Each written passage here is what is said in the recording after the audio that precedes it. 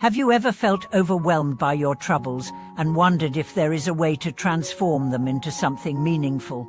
What if the struggles you face are not obstacles, but opportunities for growth and enlightenment? Welcome back to the channel. Today, we are diving into a profound topic that has the potential to shift the way you view the challenges in your life. What if you could learn how to turn your troubles into wisdom? How to transform your suffering into the key to your awakening?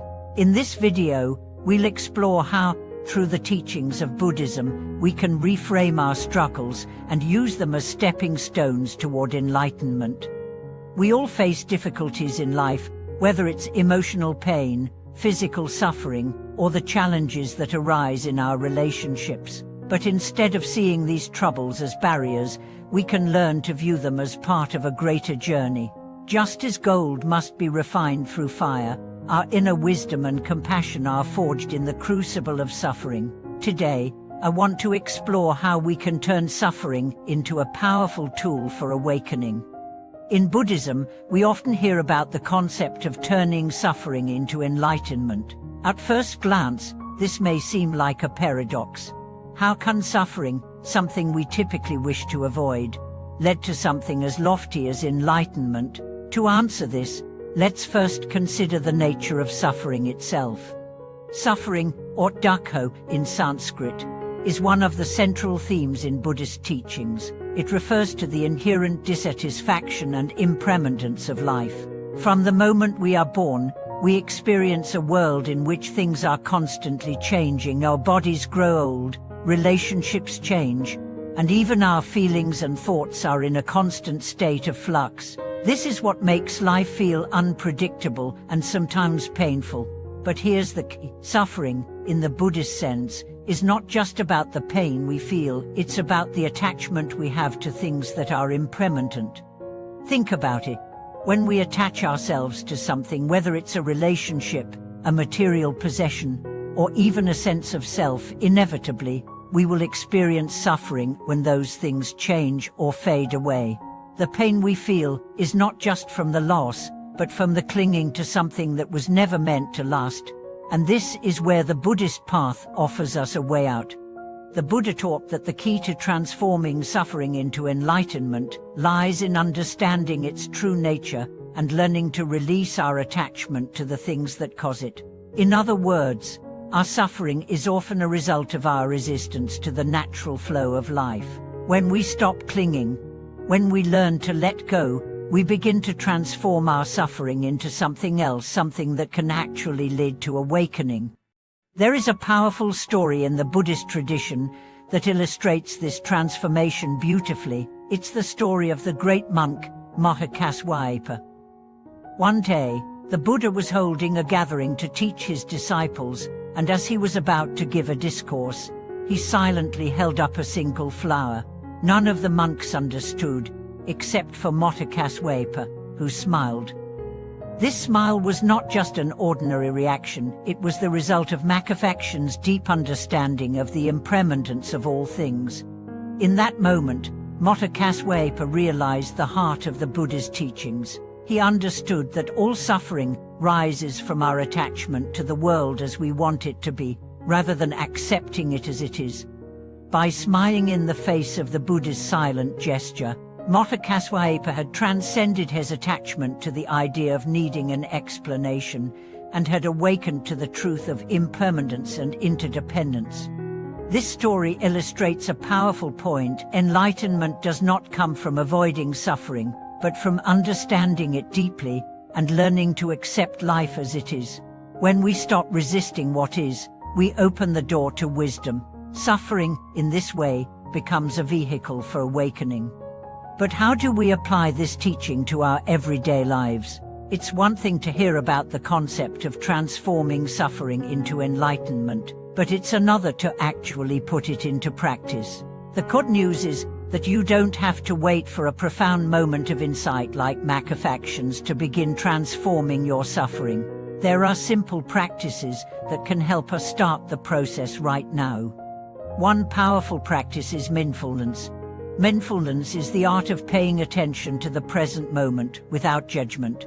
It's about becoming aware of our thoughts, emotions, and physical sensations as they arise, without trying to change or avoid them. When we practice mindfulness, we learn to observe our suffering instead of becoming overwhelmed by it. For example, if you're experiencing emotional pain, whether it's sadness, anger, or frustration, mindfulness allows you to notice the emotion without immediately reacting to it. You might say to yourself, "I notice that I'm feeling sad right now," without judgment or the urge to fix the feeling. This simple act of observation can help you create space between yourself and the emotion, allowing you to process it without becoming consumed by it. Over time, this practice helps you develop a deeper understanding of your own mind and a greater ability to respond to difficulties with wisdom rather than reactivity. Another practice that can help us transform suffering is the practice of compassion. Compassion is the ability to empathize with the suffering of others and to wish for their well-being. It's easy to feel isolated in our own struggles, but when we open our hearts to others' pain, we begin to understand that suffering is a universal experience. In Buddhism, there's a practice called a tinkle, which involves breathing in the suffering of others and breathing out compassion. When you see someone else suffering, instead of feeling pity or turning away, you practice taking in their pain as you breathe in and sending out healing and peace with your exhale. This practice not only helps others, but it also transforms our own suffering. By focusing on the well-being of others, we shift our focus away from our own pain and start to develop a sense of connection and compassion that transcends our individual struggles. Now, you might be wondering, what about the really tough times in life? What about the deep suffering? The moments when it feels like the weight of the world is on your shoulders? This is a natural question, and it's one that deserves a thoughtful answer. In these moments, it's important to remember that suffering is not something we need to face alone. In Buddhism, the concept of this Sangha refers to the community of practitioners, the people who support and guide each other on the path to awakening. The Sangha is there to help us when we are struggling, to remind us that we are not isolated in our pain, and that together, we can walk the path of healing and enlightenment. When we experience deep suffering, it's easy to feel as though we are disconnected from others or even from ourselves. But in these moments, we can draw strength from the teachings of the Buddha and the support of our community. Together, we can learn to transform even the most challenging moments into opportunities for growth. The ultimate goal of transforming suffering into enlightenment is not to become free from pain, but to find peace and wisdom within it. It's about cultivating a deep understanding of the nature of suffering and using that understanding to live a life of compassion, wisdom, and peace. When we view suffering as an opportunity for awakening, we begin to see life through a new lens. The struggles that once seemed unbearable become the very tools that help us grow. And in this process, we find a deeper sense of meaning and purpose in life. Have you ever been at a crossroads in life, where everything seems difficult and you question why things are the way they are? Have you wondered if there's a deeper meaning behind your struggles, something that could eventually lead to your own growth and enlightenment? Welcome back to the channel. Today, we are going to dive deeper into a concept that many find difficult to grasp: transforming suffering into enlightenment. As we move through life, we all encounter difficulties: emotional, physical, relational, and mental challenges. But what if these struggles aren't just obstacles? What if they are, in fact, opportunities in disguise, designed to lead us toward awakening? This is the heart of today's topic: using the trials and tribulations we face to reach higher levels of wisdom, compassion, and ultimately, inner peace. Throughout this video, we'll explore how Buddhist teachings provide us with the tools to turn our troubles into moments of transformation. By shifting our mindset, we can use the challenges we face as stepping stones on the path to enlightenment. Join me as we embark on this journey to discover how we can make our suffering work for us and not against us. The Buddha's teachings tell us that suffering is an inevitable part of life. This idea can seem discouraging at first. After all, many of us spend much of our time avoiding suffering in any form. But here's the catch: the Buddha didn't just teach that suffering exists, he taught that it is transformable. It's not something that we are helpless to change or escape. Instead, it is something that, when understood correctly, can propel us forward on the path to greater understanding. This is where the Four Noble Truths come into play. The Buddha's first noble truth is simple: life is suffering. However, the second truth tells us that the cause of suffering is our attachment to things, our desires, our cravings, and our resistance to the natural flow of life. The third truth offers us hope: suffering can cease. And the fourth truth reveals the way through the practice of mindfulness, ethical living, and cultivating wisdom. We can overcome suffering and experience liberation. But how does this process work in real life? How can we actually take our pain, our struggles, and our challenges, and use them as the very tools for growth? Let's break this down by exploring the role that our attachment plays in suffering. Imagine this: you've spent years building your career. You've put everything into it, your energy, your time, and your focus. But one day, something happens that shakes everything you've worked for. Maybe you lose your job, or maybe you're passed over for a promotion. The first thing that happens is a sense of deep loss. You feel like a failure. You feel rejected, uncertain, and angry. In this moment, the suffering is real and it's palpable. But what if, instead of reacting with anger or despair, you took a step back and reflected on why this loss is so painful? According to the Buddha's teachings, our attachment to the idea of success and achievement creates suffering.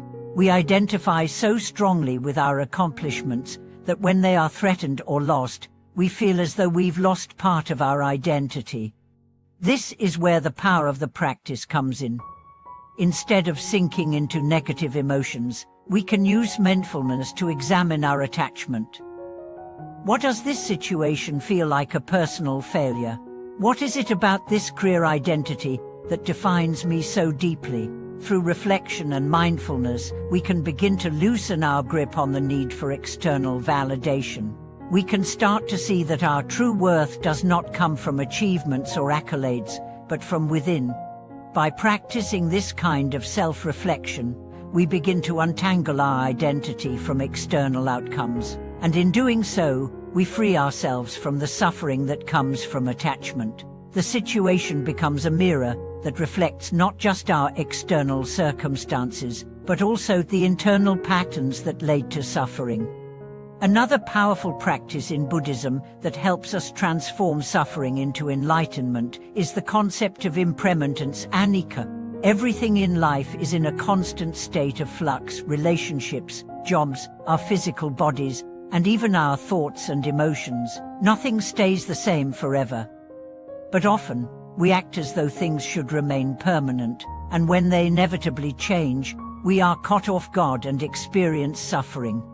Let's take a look at an example. You've been in a loving relationship for years, but over time, you notice changes.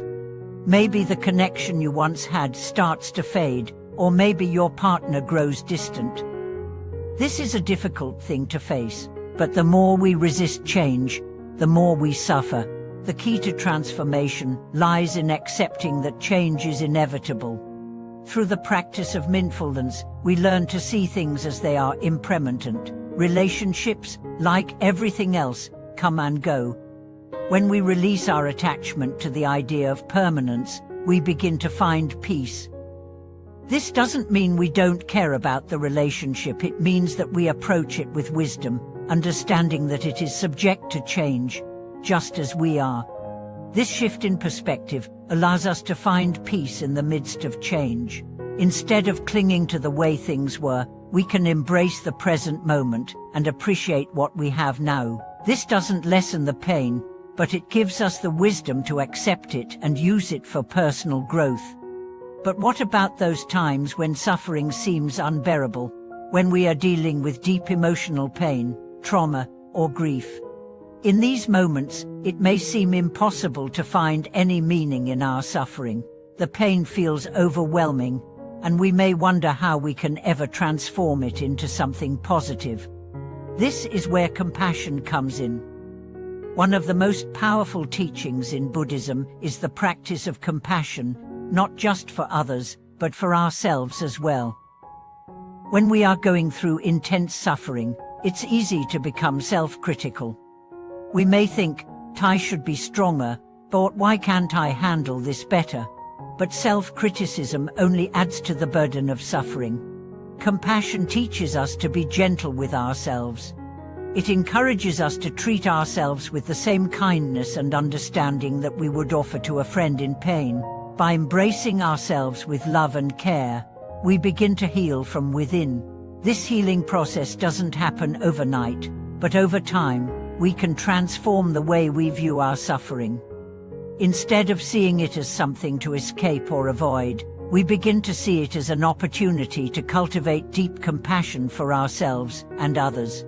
As we continue this journey of transforming suffering into enlightenment, it's important to remember that this is a process. The Buddha didn't promise that we would be free from suffering in an instant. The path to enlightenment is a lifelong journey of self-awareness, practice, and understanding.